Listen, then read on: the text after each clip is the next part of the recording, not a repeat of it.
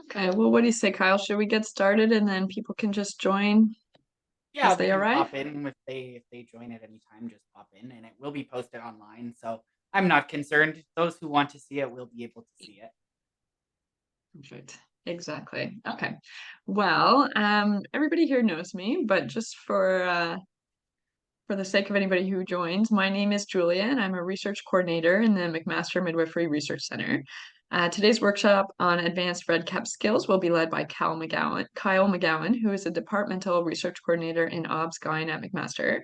He's our local REDCap expert who knows all of the tips and tricks. So we're grateful today to have him here to pass some of his knowledge on to us. Just a reminder that this workshop is being recorded and will be available on the MMRC and ObGyn websites. If you have any questions, please feel free to send them in the chat or to raise your hand at the end of Kyle's talk. So with that, I will pass it on to you, Kyle, and we'll dive right in, all right? Perfect. That sounds great. Thank you so much. So for those of you who don't know me, and I'm pretty sure everybody here knows me at this point, my name is Kyle McGowan. I use he, him pronouns, and I am a research coordinator for the Department of ObGyn here at McMaster. If it has something to do with research and is related to ObGyn, chances are it comes across my desk for some reason or another. And over my time with research and my experience with research, I've become very proficient with REDCap. Last year, some of you may have attended or have seen my video doing basic REDCap skills, covering the basics of building surveys and all of that stuff. This year, we're going to dive a little bit more into the little nitty gritty of things that are a bit more complex and take a bit more understanding of the projects to be able to conceptualize and to implement them within the projects.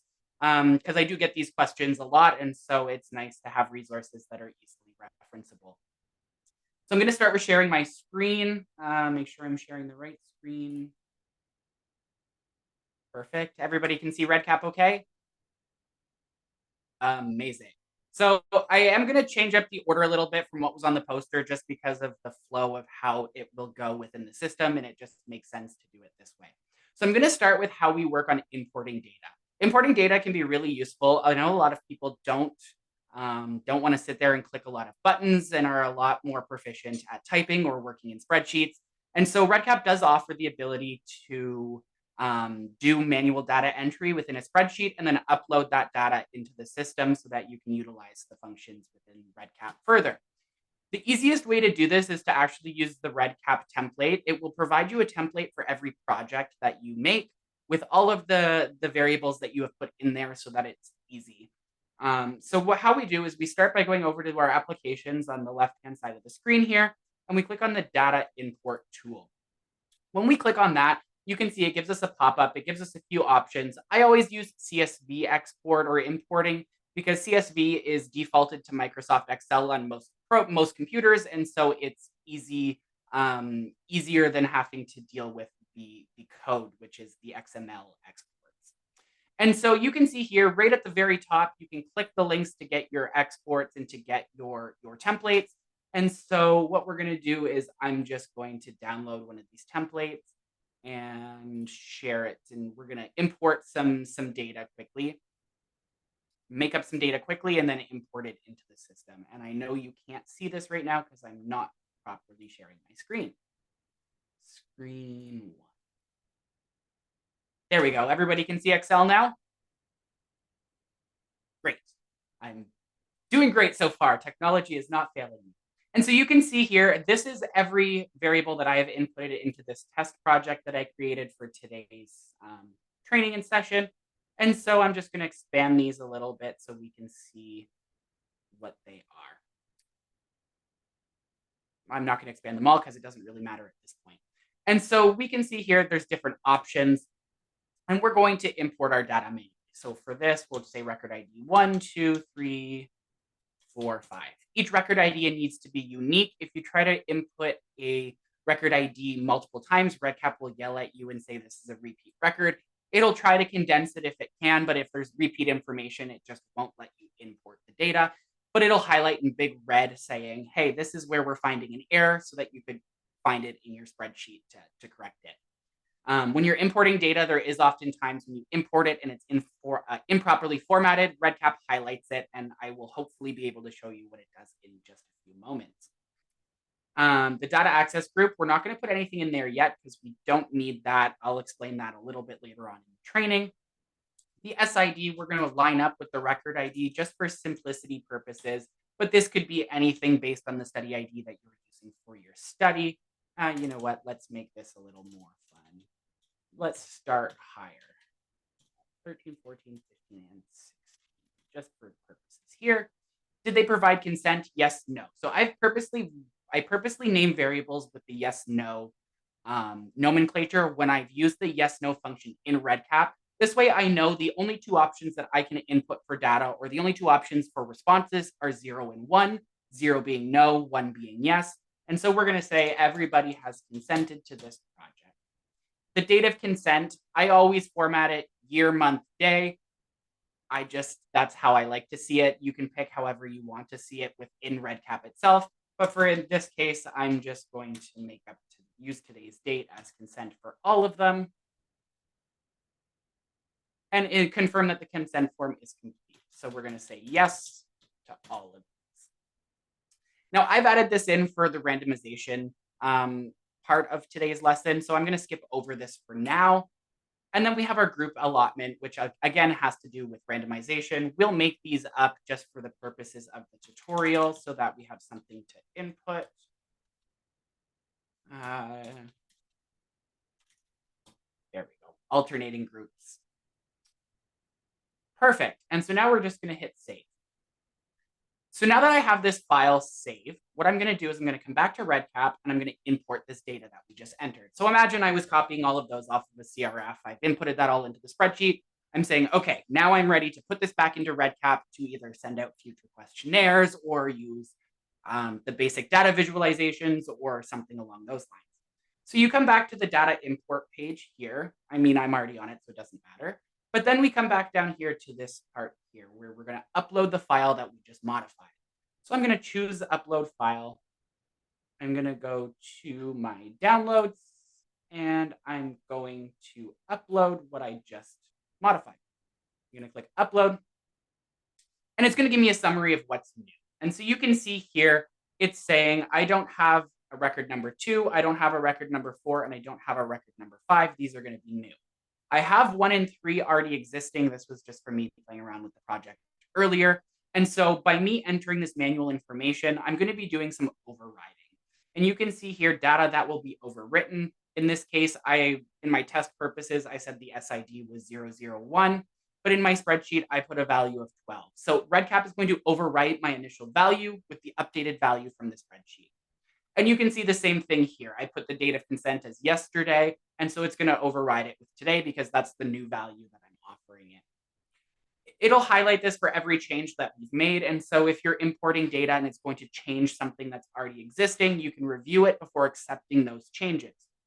In our instance, I don't care. It was all just test data anyway, so I'm going to overwrite it because that's fine. And so I'm going to click on the import data button. And now you can see 5 records were imported during this thing. And so if I go to my record status dashboard to view all of my records, you can see I've created 5 records and I've assigned them all some groups. Perfect.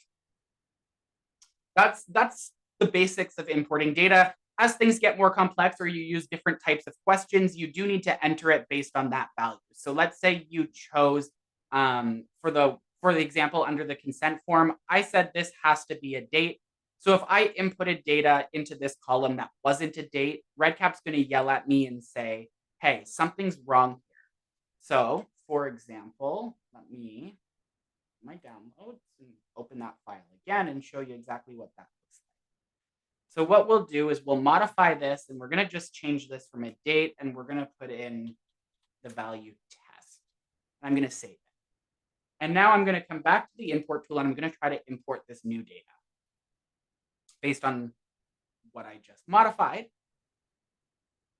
And you can see it's saying there's an error showing in red. This doesn't fit within the project framework. You need to change this before you can import the data. And so you can see I don't have the option to accept that change. I need to go back to my spreadsheet, update that value, and then re-upload it to get my ability to accept that data. And so you'll find that based on how you build your project and how you've entered your data validation steps, that you need to format it in the spreadsheet as you would in the project. And you can see it highlights it like this for every instance. And so if I did this every time, it would highlight it for every incorrect data point that's there so that we don't import the wrong formatting of data.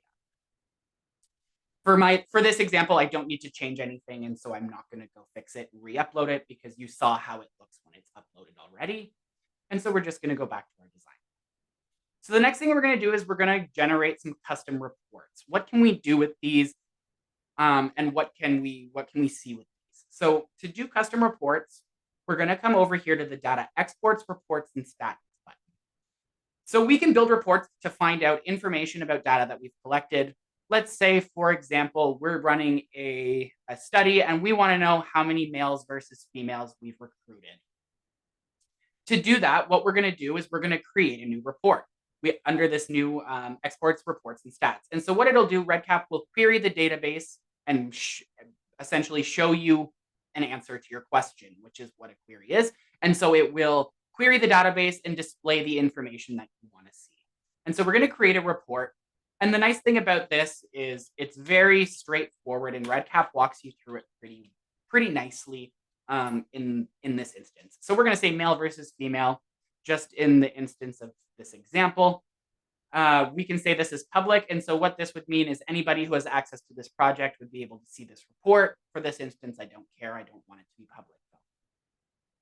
And again, you can customize who is able to view this report. So if it contains public health information or personal health information, PHI, and let's say you have research assistants that aren't allowed to see that information working on your project, based on their accesses in REDCap, you can control their views of the reports and what information they can see.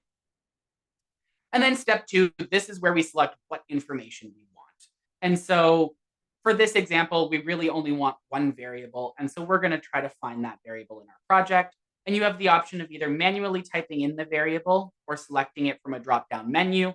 So yeah, I find it easier just to find it in the drop-down menu for small projects. In larger projects, it's usually easier to type it because the list can go on for ages and ages and ages. And so we're going to say sex assigned at birth. That's what we want to know.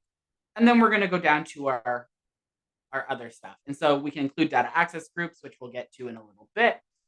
We can include identifiers and timestamps, and we can include other information. You can apply these as you need for your report. As we get down to the filters, this is where we're going to be able to type in a little bit more advanced steps. And so let's say we only wanted to see male versus female for a certain criteria. So let's pick a variable. Group. Perfect. That's a great example. So we only want to see the male versus females for the groups that are assigned control. And so what this report is going to do is it's going to show us male versus female, and we'll denote this control. And so we can very quickly, easily get that report if we need to see it throughout recruitment on this study.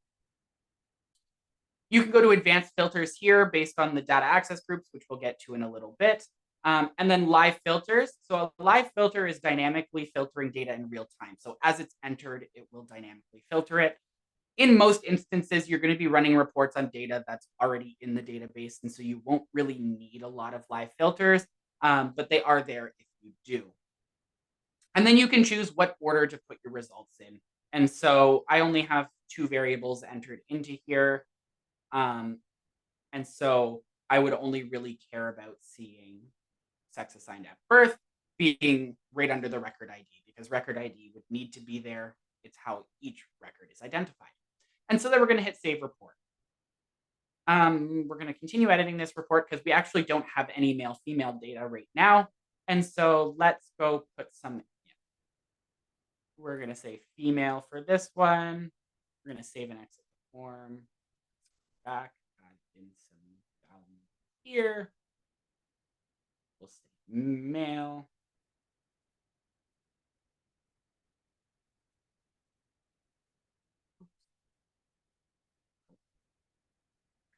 Dashboard. Female, save and exit. That should be good enough. So then we're going to come back to our report and we're going to say, okay, now I want to view the report. So you can see very quickly, it's giving me the information that I just entered. It's giving me the control groups that I assigned sex at birth to. And so you can see here that I have record number 2 and record number 4. And if you have more, it will sum them up for you here in this table. But because I only have one of each, it's only displaying the one of each in this instance. So that's essentially how you can generate a quick report to be able to see what's going on. You can also use stats and charts. Stats and charts is a little bit basic. Let's say it doesn't really give you great visualizations of your data unless your variables are very straightforward and the comparisons are very straightforward. And so, like you can see here, it's showing us the breakdown of male versus female in this chart, which is a pretty easy thing for REDCap to graph. But you can imagine as the variables get more complex and there's more relationships between them, it doesn't really know what to display. And so it tries to give you a catch-all, and it's not great. So it's a good way to easily understand some of it, but I don't recommend using it as a reliable source of data visualization. Perfect. So what the next thing I'm going to go over is the data access groups, or DAGs for short. And it's a part of the user rights functions within a REDCap project.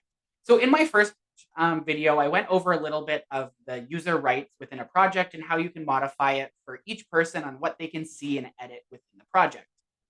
Data access groups give you a little bit more customization for studies that are working on multiple sites. So if you're coordinating site building a project for data collection across multiple sites, there's often the case where you don't want sites to see each other's data. You want to be the only site that can see all of the data, and each individual site should only be able to see what they contribute to the project. That's where data access groups come in. They allow you to assign site IDs to multiple groups of people that will be in the project. So within each data access group, you'll still assign individual permissions as you would on a project level basis. And so because I'm the only user in this project, it's a little bit difficult to show you, but I'll do my best. I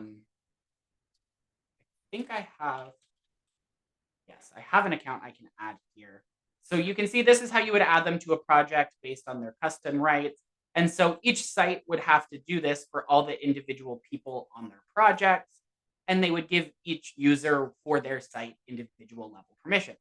So I'm going to add this user just so I have someone to play with within the DAGs. And so we come back to DAGs, and this is where we can assign site permissions. As the person creating the project, you automatically have administrative view.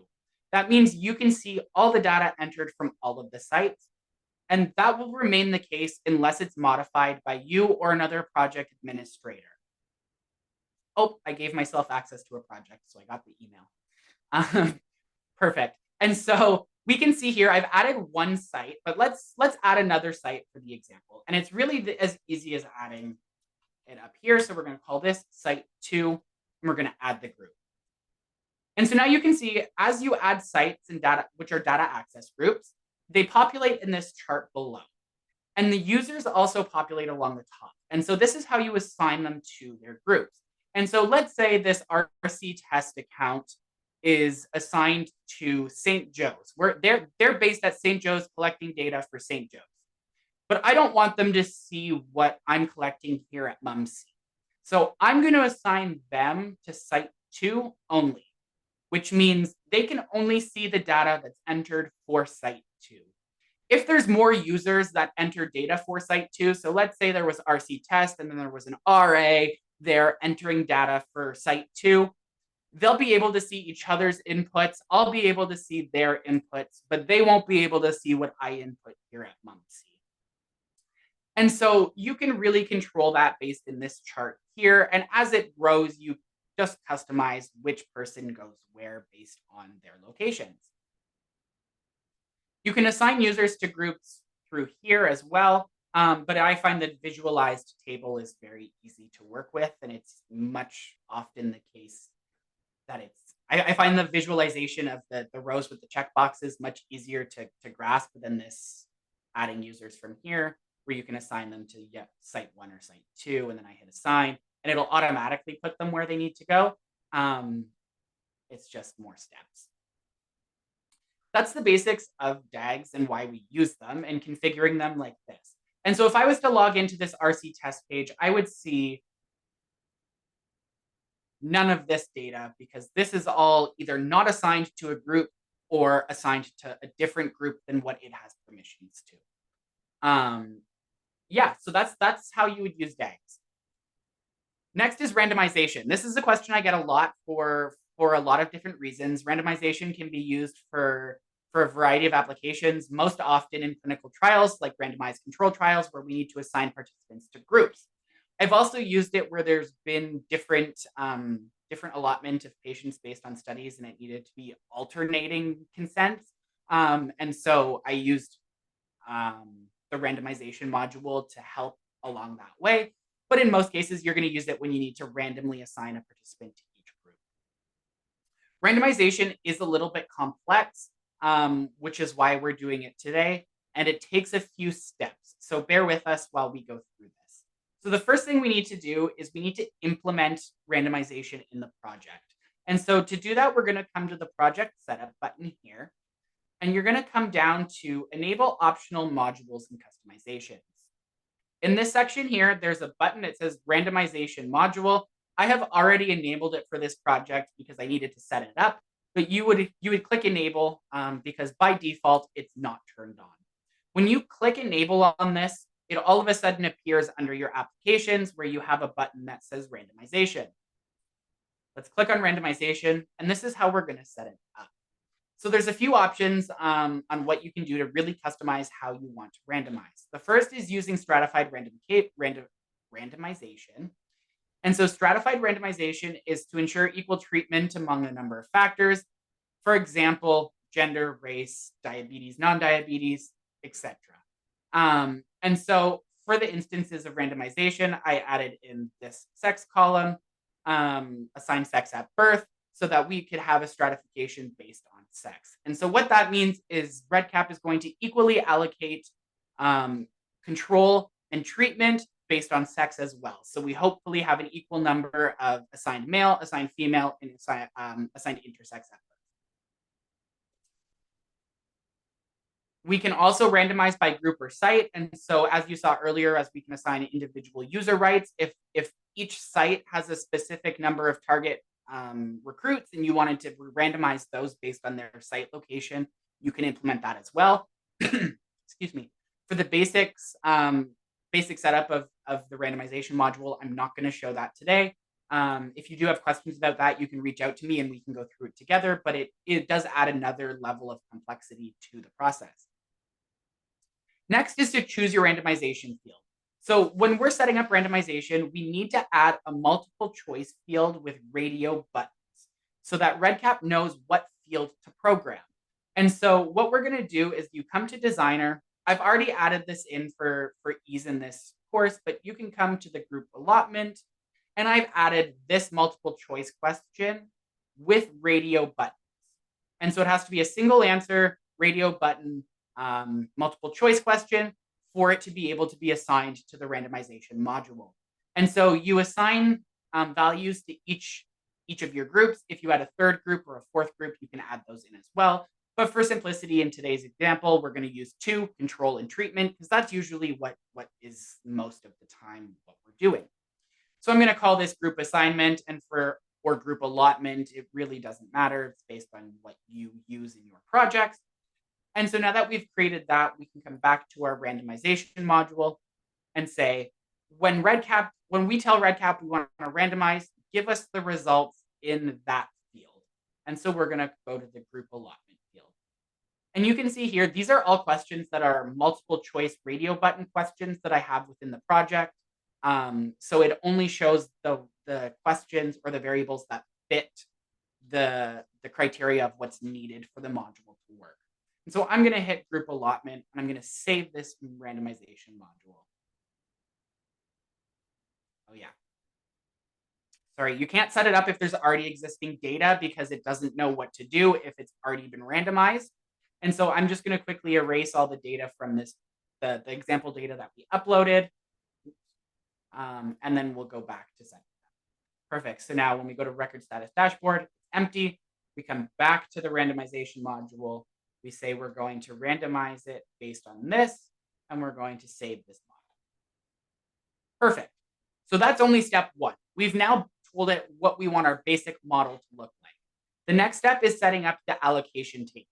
So REDCap does not have the ability to automatically just randomize an unlimited number of participants. It does its allocation based on a randomization table. A randomization table is essentially a list of all of the possible outcomes for your randomization. In this case, it's either control or treatment.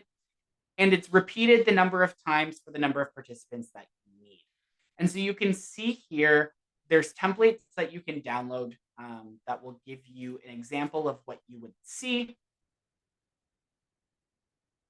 In this case, you can see here, these are our two possible allocations. So within this allocation table, we only have the ability to assign each group allotment once. Once those are used, REDCap no longer knows where to assign each participant. So what we need to do is we need to generate a randomization table. Most of the time, 99.8% of the time, this step should be done by a statistician because randomization is a statistical procedure, and statisticians are the most equipped to be able to develop the randomized table based on your projects. However, there are instances where we need to develop these ourselves, very rarely, but I do know how to do it. For the purposes of today, I have created some already so that we don't have to spend the time copying and pasting and counting and all of that stuff. But essentially, it's important to remember that REDCap doesn't have the ability to assign groups outside of this table. So if you only have each option in that table 6 times, REDCap will only be able to assign 12 participants, 6 to each group, and then that's it because it no longer knows where to pull the data from. So REDCap doesn't know how to create the data. It just reads the data that's created and uploaded into this module. And so you need to have 2 randomization tables to use randomizing in REDCap. And this is so that you don't learn the randomization pattern when you are practicing and testing your REDCap project. So you need to have one table used in your development and then one project to use once you move the project into production mode. This is, again, so that you don't learn what the first few allocations are and it stays random or as random as it can be. And so what we're going to do is I'm going to choose a couple of files here that I've created and we are going to upload them so we can see how this works. REDCap.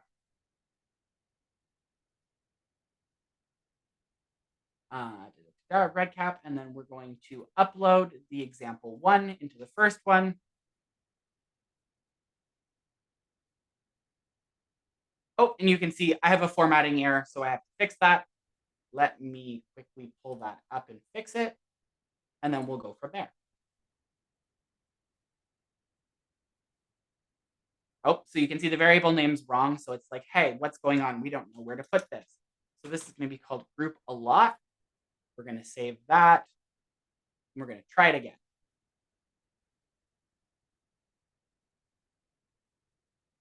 Perfect.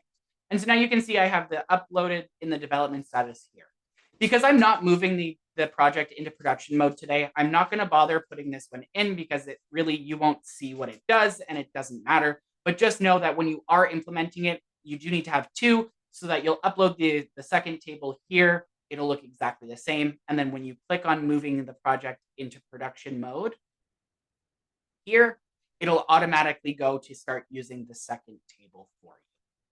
And so now that we've uploaded the example, we're going to come to our record status dashboard and we're going to randomize somebody. So we're going to create a new record and we're going to go into the consent confirm and start there. So we're going to enter the participant ID. So let's say they're 15. Pick one. Was consent obtained? Yeah, sure. And they were consented today. So this is complete. And then I want to save and I want to go to the next form, which is the group allocation form underneath. And so you can see here, it says, okay, do I have a sex assigned at birth? If we were stratifying by that, we would need to include that. Because we're not stratifying by that in this example, REDCap said, you know what? I'm going to randomize this for you. And you can see this person was allocated to the control group.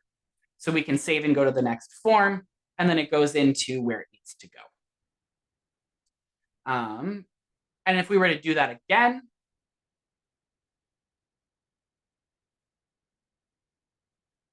add a new record. Let's say this is number 16. They provided consent today as well. And we're going to go into their group allotment, and they've been randomized to control. Perfect. And so within the randomization module, if we go back here and we go to the dashboard, we can see how many allocations we have left. And so you can see here, I've used 2 of this allocation, the control group, and I've used none of this allocation for the treatment group. So I have 13 control group left, and I have 15 treatment group left before REDCap goes, I don't know what to do, please help. At which point you no longer have a randomization module and you can't truly randomize the participants.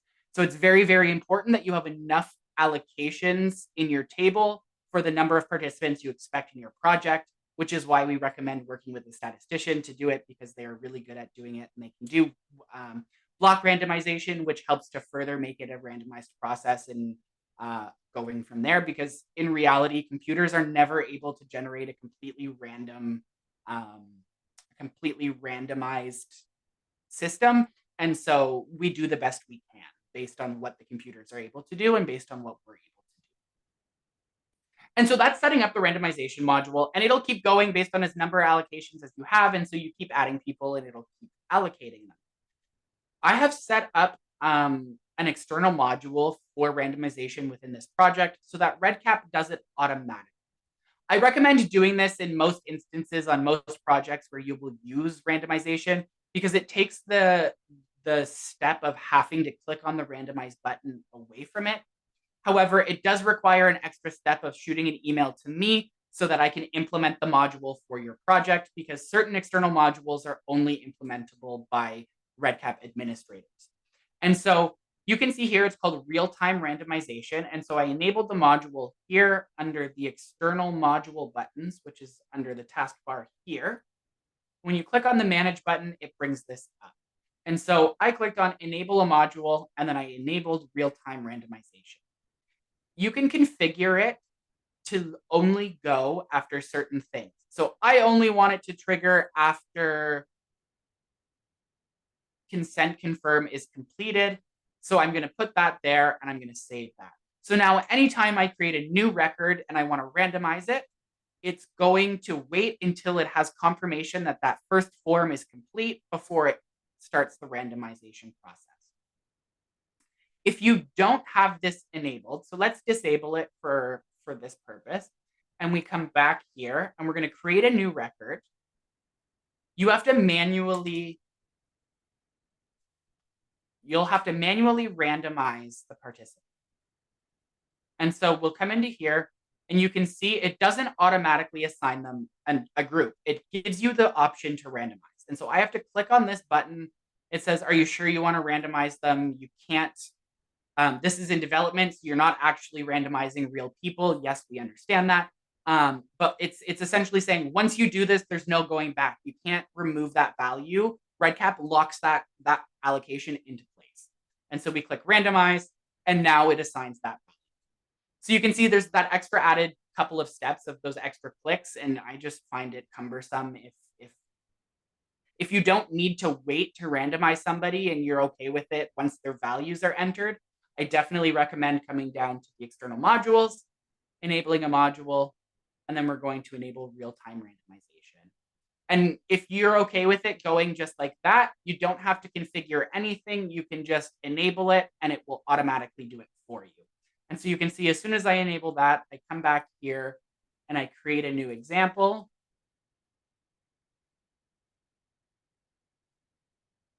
We're back to having that button removed. REDCap has just done it for me, and the person is in a group. And so now that we have a couple of treatment groups, if we come back to our randomization here and we check our dashboard, you can see it's now assigned 2 to each, and I have 13 left in each group. So it does update as you go. Perfect.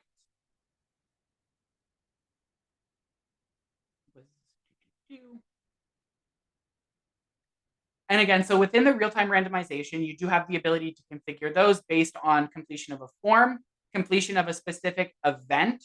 So when you save a specific item, or when specific logic is met. So let's say you only wanted somebody who had a certain inclusion criteria to be able to be randomized. You could say you could say like sex equals 1. And so this would say only randomize the female participants. Depending on what your project needs are, you may be able to do that for it. In our case, we don't want to do that, but it is the option is there based on what your project needs are. So that is the randomization module. The next thing that we're going to go over is the multi-language module, which is, again, pretty complex, but this is for implementing multiple languages on surveys and within projects. And so before we go any further, let's enable some surveys, because right now this is all enabled just as data collection forms, so you need to log in to see any of this information. Surveys will allow you to create URLs that are publicly viewable by somebody who doesn't have a REDCap account. And so just for example purposes, I'm going to enable a couple of surveys here so that the multi-language module will work for us. Or I can show you properly how to configure surveys and the difference between them. Perfect.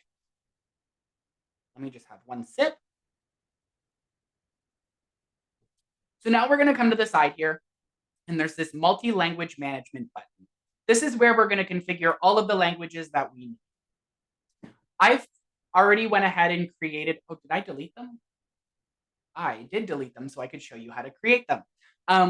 We have to add every language that we want in the project. So based on your project's needs, the default is English because that's the language that the server is hosted in and that the software is hosted in. However, we are a bilingual country, so oftentimes you do need to distribute things both in English and French. However, if you're increasing accessibility or targeting different populations, you may have the need to add other languages. You do have to add each language individually. So for our instances, we need to add both English and French. Even though English is default, we need to add it so that we can play with it if we need to.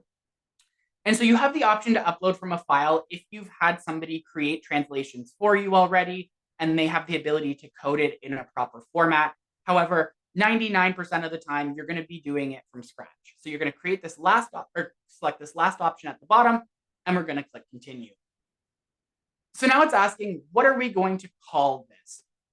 What is the code for the language? And you can see here, it gives you examples underneath. What's the ISO code, such as EN or ENUS? Well, for us, we're going to use ENCA. And then what do we want to call this? Or what do we want it to show up as to the participants who are going to see it? And so we're going to say English, if I can spell today. And we're going to add the language. So you can see it now pops up down here. So now we're going to add French. And we're going to do the same thing, create from scratch. And then we're going to give it a code. So French Canada.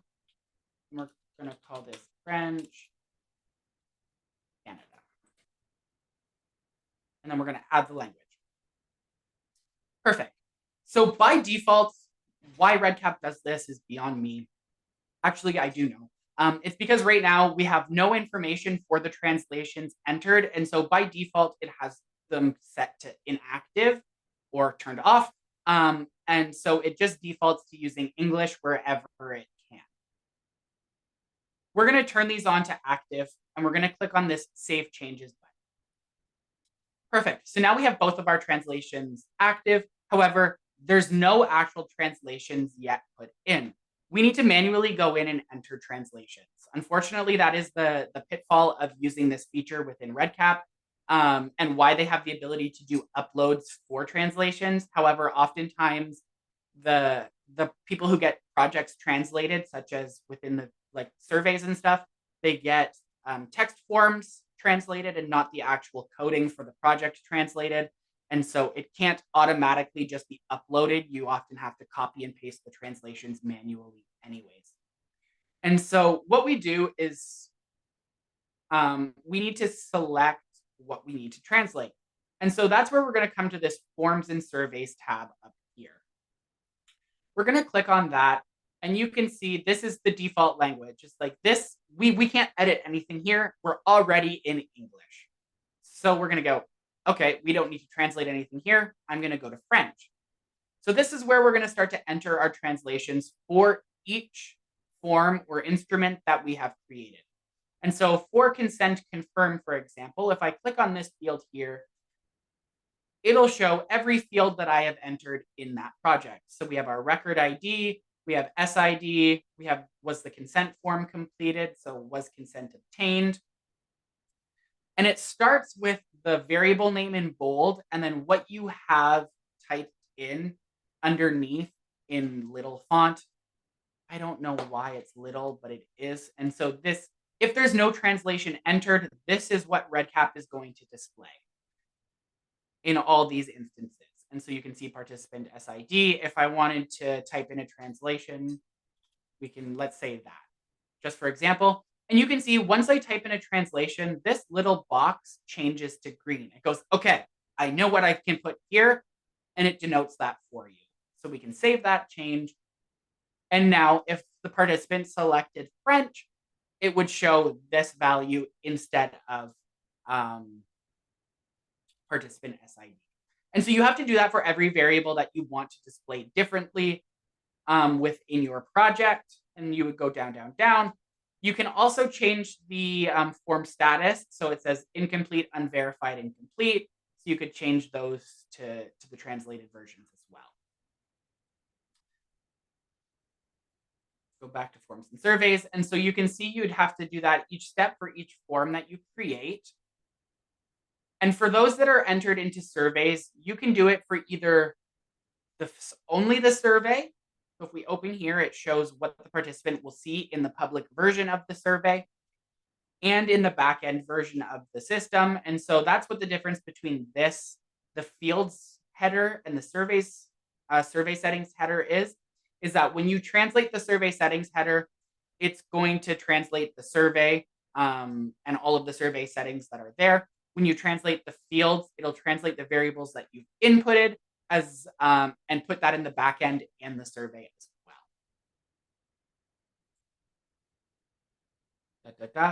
So that's all of this is for all of the variables and all of the fields that you input into REDCap. The next step is to modify REDCap's user interface.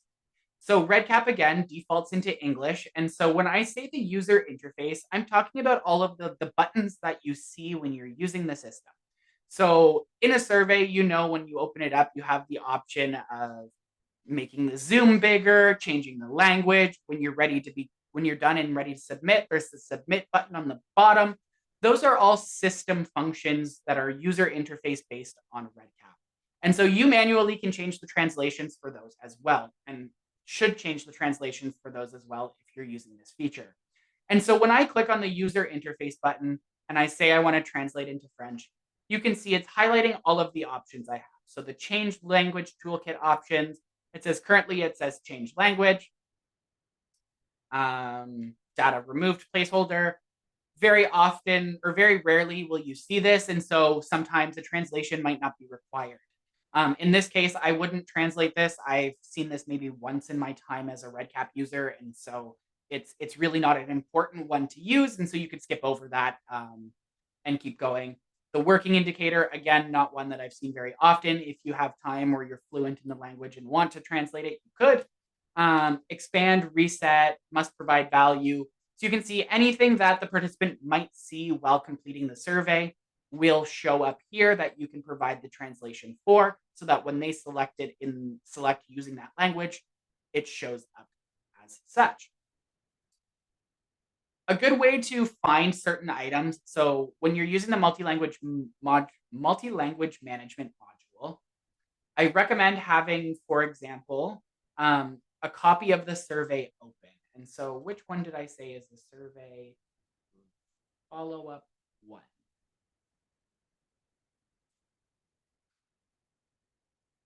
scroll, follow-up 1. Let's open this survey.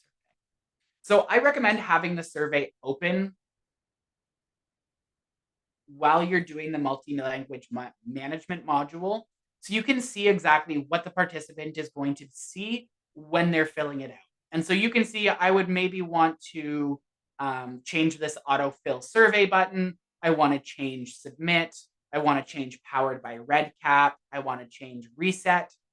And so I can come here and come to the user interface and search for those things in here. So submit. And it searches based on the header that you've selected. And so I'm going to select all, submit, and you can see now it's showing me the submit button label. And so if I was to type in Sumatra, click off of it, you can see my change it's there, but it's not yet committed. Anytime you make a change in the management module, it'll put this yellow bar on the side to remind you you have not yet saved your change. So you just come up, hit the save button. Now it's saved, and the submit button says Sumatra. And so if I was to come here, I don't have the button enabled yet because I haven't done enough of the translations. But when I do change it to French, this would show up as Sumatra. And so let's enable that and see if we can get it to work. So data entry for French. Let's enable this translation for this one and hit the save button. So now when I, refresh this. Come on.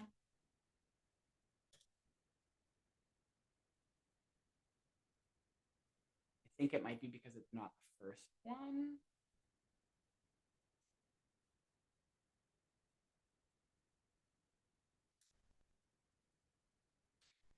Anyways, what would normally happen if it was the first survey in the project? I will have to explore why this isn't popping up, but normally you would get a little button here that says English, and then you could click on it, or a change language button here, and you would be able to select it. And this would change to Sumatra. I think it's not enabled because I haven't done enough of the translations within the system. So it's like, hey, it's not even worth my time. But if you're ever exploring this and you're having issues getting it to go, just shoot me a message and we can make sure to get that sorted out for you.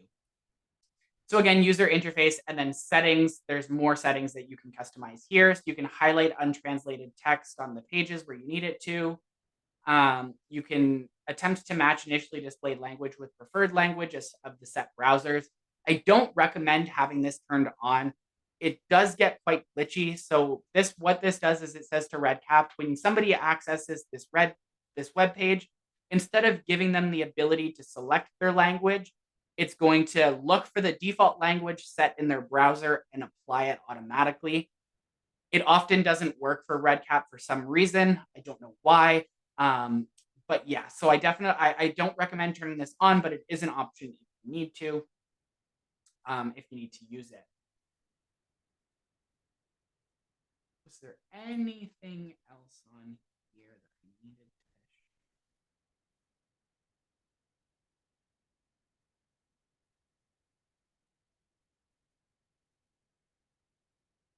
translation user interfaces? That's that one.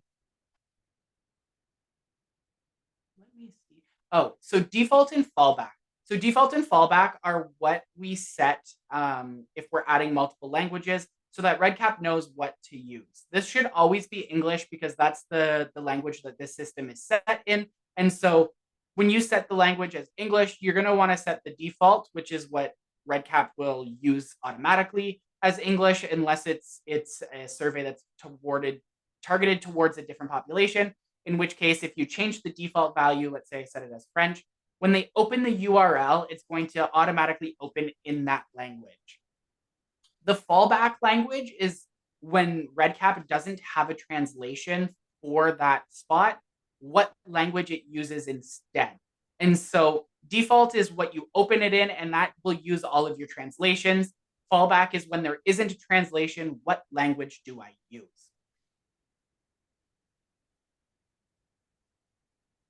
And then you can also change the directionality. You can see here R to L. So some languages you read in the opposite direction. And so you can change the way it displays it for those languages based on the need of it here.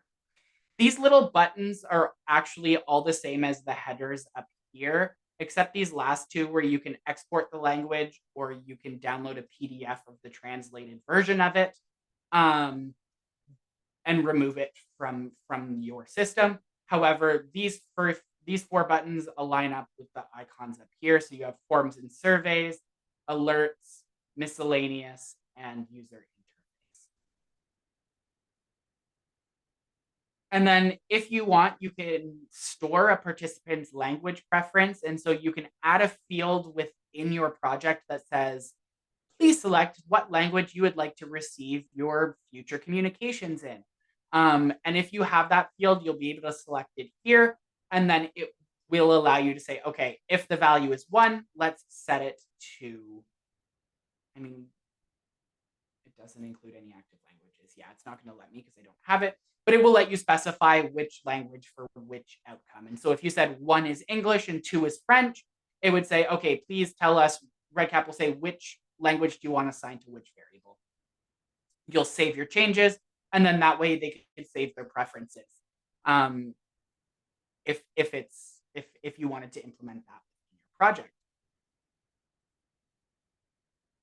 The next thing I'm going to cover is longitudinal data collection. So longitudinal data collection is when you're collecting data over a long period of time, usually multiple time points. There we go. Usually multiple time points and oftentimes repeating instruments. And so REDCap has the ability to format your project to work like that. And so we can implement it here. So you can see we're going to enable the scheduling module for longitudinal studies. And we also need to implement longitudinal studies here at the top. I already enabled them for the project, so I could do a little bit of setup a little bit of setup before the lesson. However, you do need to implement them, or because by default they are disabled. Excuse me. So now that we've implemented them, we can tell REDCap what our time periods are. And to do that, we stay in the project setup page and we come down to define your events and designate instruments for them. And so we start by defining our events. Automatically, we only have one arm to the study. You can add arms as you need. However, it does make things a bit more complex as you need to choose the arm you're assigning participants to when you're entering their data. So you start with assigning them to an arm before you ever enter their data into REDCap. This is advanced. And so if you have questions about adding arms, definitely reach out to me. Excuse me. But let's add some events. So let's say for our arbitrary study, we have our first follow-up in 120 days. So we want to add a new event. We're going to say it's days offset by 120 days. We can add an offset range. So let's say that we have a bit of a buffer period in our clinic and we only have, we're not able to get people in exactly 2 weeks after. We can see them during that same week, but not exactly on 2 weeks. So we're going to add a buffer period of -2 days and +3 days, assuming our clinic is on Tuesday. Nope, Wednesday. -2 + 2, sorry. -2 + 2. So if our clinic is on Wednesday, that means that we could see them on Monday, Tuesday, Wednesday, Thursday, or Friday that week because it's 120 days, -2 days, or +2 days. And so we're going to call this our follow-up 1. And you can add a custom event label if you want. I don't, because REDCap will automatically just leave it blank for you and generate this unique event name for you, which oftentimes is pretty good. And so I usually use the default versions because it's pretty clear on what it is. And so you can see this is follow-up 1 for arm 1. I don't need to know anything else from what the event is. That tells me exactly what my event is. So we've added one follow-up. Let's add a second follow-up at 240 days. And we're going to, again, say +2 or -2 days, so we have that whole week to see them. and we're going to call this follow-up number 2. And we're going to add the event. Okay, we've added the event. Let's pretend that after the second follow-up, they're done. We don't need to know anything else about them. Thank you for your participation. Have a great life. So now we have our 2 follow-ups here, and we're going to have to designate what instruments need to be completed at each visit. And so we're going to designate our instruments, which is at the top of here. It's another tab. And you can see now you have a chart here of your visits or your time points and what instruments you have in your project. And so you need to tell REDCap, what do you want to be available at each one? So because, for example, we don't need consent in the group allocation to happen after the baseline visit. We know that they'll be assigned to a group. We know they've provided the consent. And so we're just going to leave those alone. Or we're going to select those for baseline, but we're not going to select them for follow-up 1 and follow-up 2. But we do know that we need control baseline, and we do need the treatment group baseline to be completed at the baseline visit. So we're going to select those to make sure that those are able to be completed at follow-up visits. But we don't need follow-up 1 or control follow-up 1 or treatment follow-up 1 to be completed at baseline. So we're not going to select those. We're going to put those under follow-up 1. Now, I didn't create instruments for follow-up 2, so I'm just going to say these are the same for both. So if the follow-up forms are the same, you don't need to like specify. So let's say every visit, every follow-up is going to use the exact same DCF. You can assign the exact same DCF to all the follow-up visits without specifying in the actual instrument. I just did because that's what I did when I was creating them. And so at follow-up 2, I'm going to be completing the exact same form that I did at follow-up 1. So I'm going to save that. And now I have designated instruments for these forms. So I won't be able to fill these in until I've reached the specified time point for the project. And so if we come back to our record status dashboard, you can see now that it's broken up into each event. So we have our control follow-up event 1, control follow-up event 2. And they are individual. And so you can input your values for each, and REDCap will keep them separate based on here. It just duplicates your instrument within the record status dashboard for you to save you from having to reinvent the wheel, so to speak. It just copy and pastes it for you there. And so that's how you can set up a longitudinal study for collecting the same data at multiple time points. And you could also create individual forms for each one and assign them. It's very customizable using that chart, as you can see. When you implement the longitudinal study module within REDCap, it opens up this scheduling button on the side here. And so if you click on this scheduling button on the side, you can see you can add new records, or you can choose a record that's not scheduled, and you can generate a rough estimate of their outline, of like their timeline based on the input that you've provided. So we said that event 1 is 120 days plus or minus 2 days from their baseline visit. And so we can choose their start date. Let's say their start date was today, and we generate a schedule. And so what this does is it says, okay, I'm taking today as the baseline date and adding 120 days. Here is your range plus or minus 2 days. This is when their first follow-up should be. And so you have the option to add in times here if you need to, and then you can create the schedule. And so now this schedule has been added to the calendar. If you need to see it, you can go to the calendar under your applications here, and it'll show you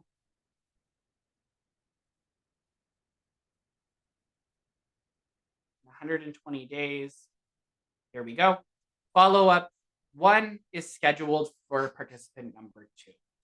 And so if you're using REDCap to help you keep track of participation or to schedule follow-up appointments, you can use that feature as well.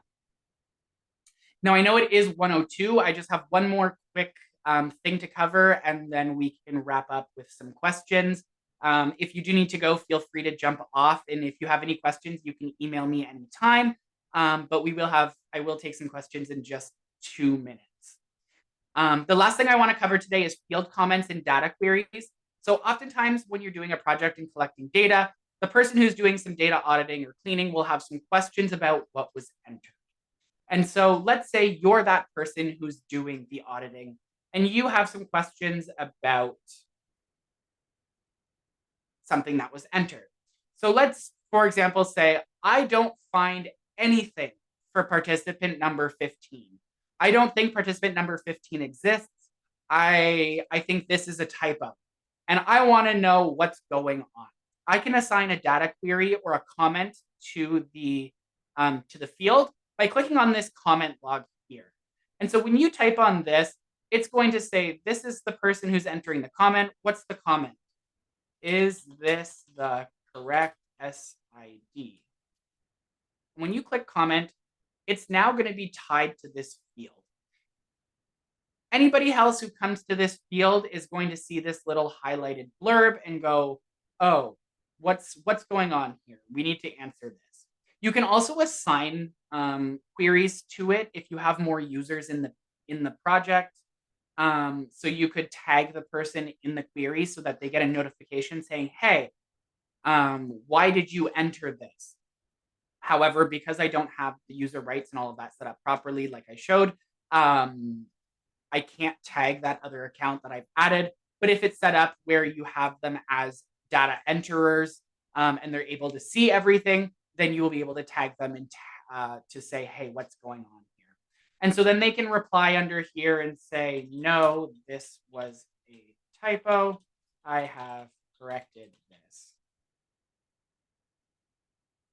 We can save that, change this, and then save and exit the form. And so there's a log there of it, what was commented, what was changed.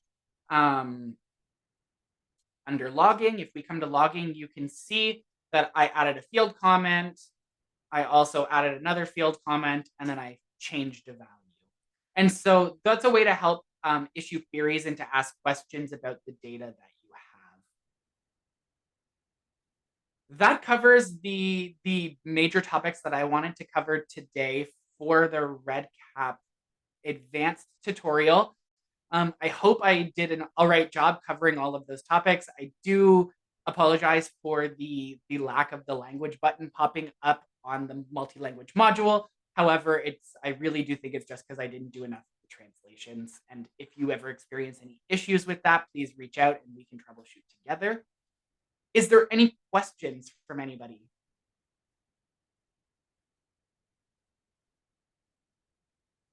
While everybody's thinking of their questions, I'll just say thank you, Kyle. That was very informative. My brain is just like thinking away at all the projects that I have going on and all the like little things that I could add to make them better, and even projects that are completed. And I think, oh my goodness, I wish I had known about this before, or wish that I had used REDCap for the such and such a project. It would have made things so much easier. So thank you very much for explaining all of these little details that, you can use REDCap for a long time and know all the basics, but to know all these little details, it's hard to just learn that off the top of your head. It's nice to be told by somebody who knows more. So thank you.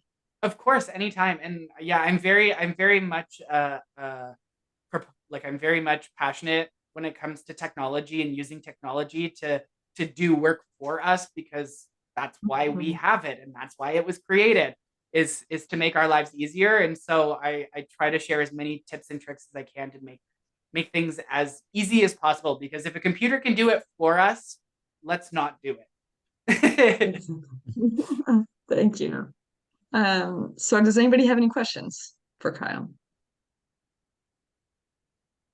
I don't have any questions right now, because I'm gonna kind of digest all of that. But as I start using REDCap more in the next like couple of weeks, I know that I'll be having questions. Yeah, of course. And you can reach out to me anytime. I believe my email, the general email to reach us, was on the research, was on the poster. It's also on the ObGyn website, but you can email us anytime at obgynres@mcmaster.ca. That's a general inbox for the research offices.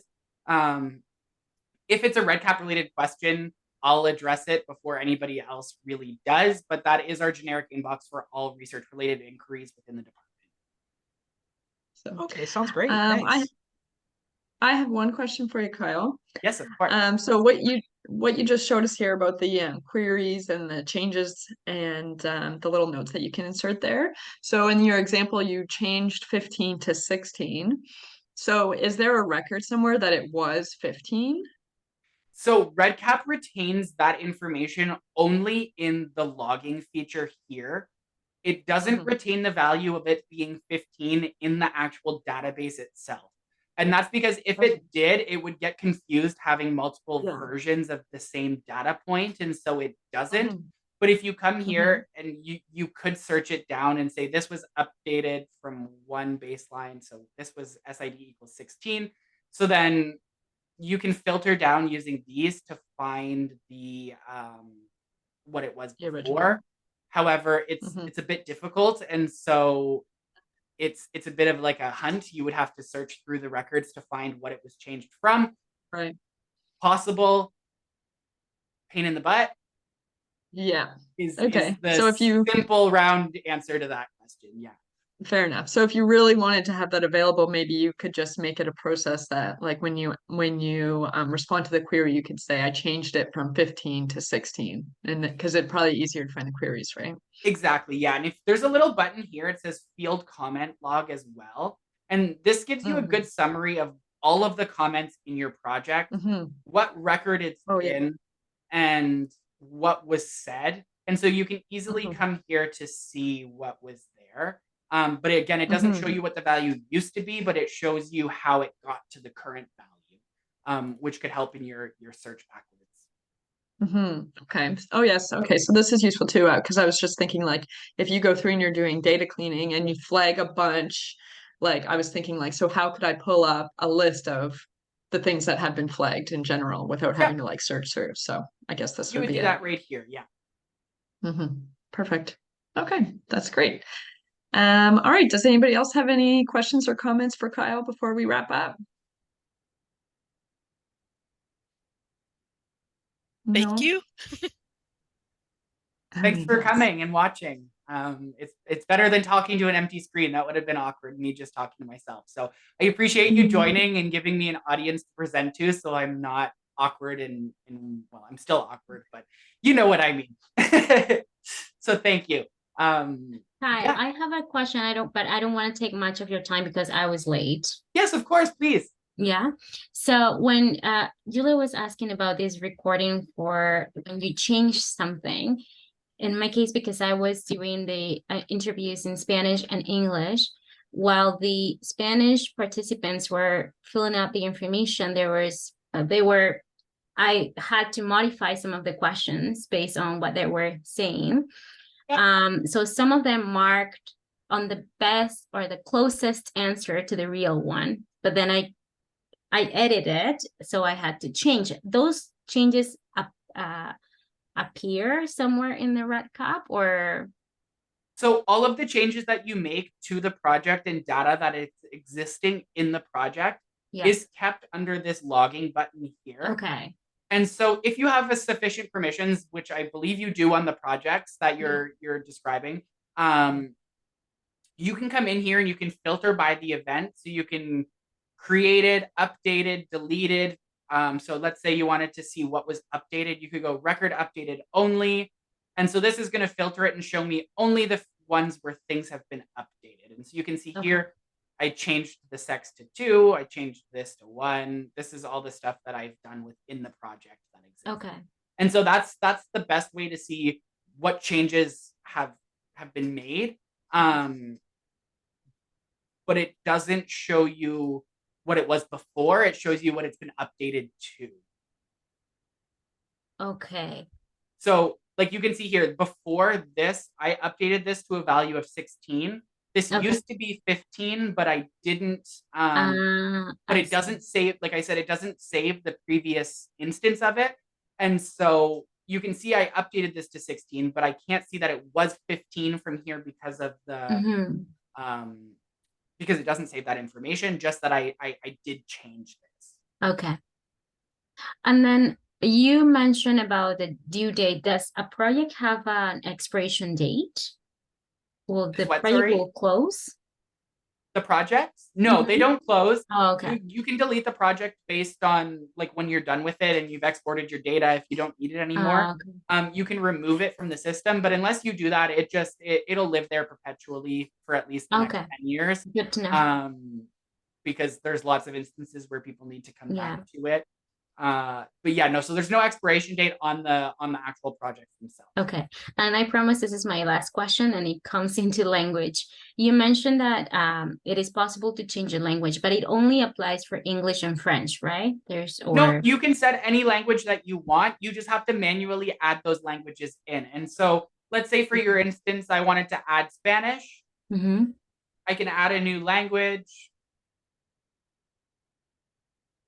I'm going to create it from scratch. And we're going to call this Espanol. Mm-hmm. I don't know the spelling. ESPA. Ñ. I don't know. There is no ñ in English. It's an N with a. Yes. Yeah. Yes. Yeah. Perfect. And so I've added that. Now we can activate this and save our changes.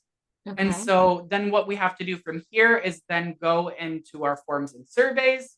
And then we're going to translate this Espanol version of it right here.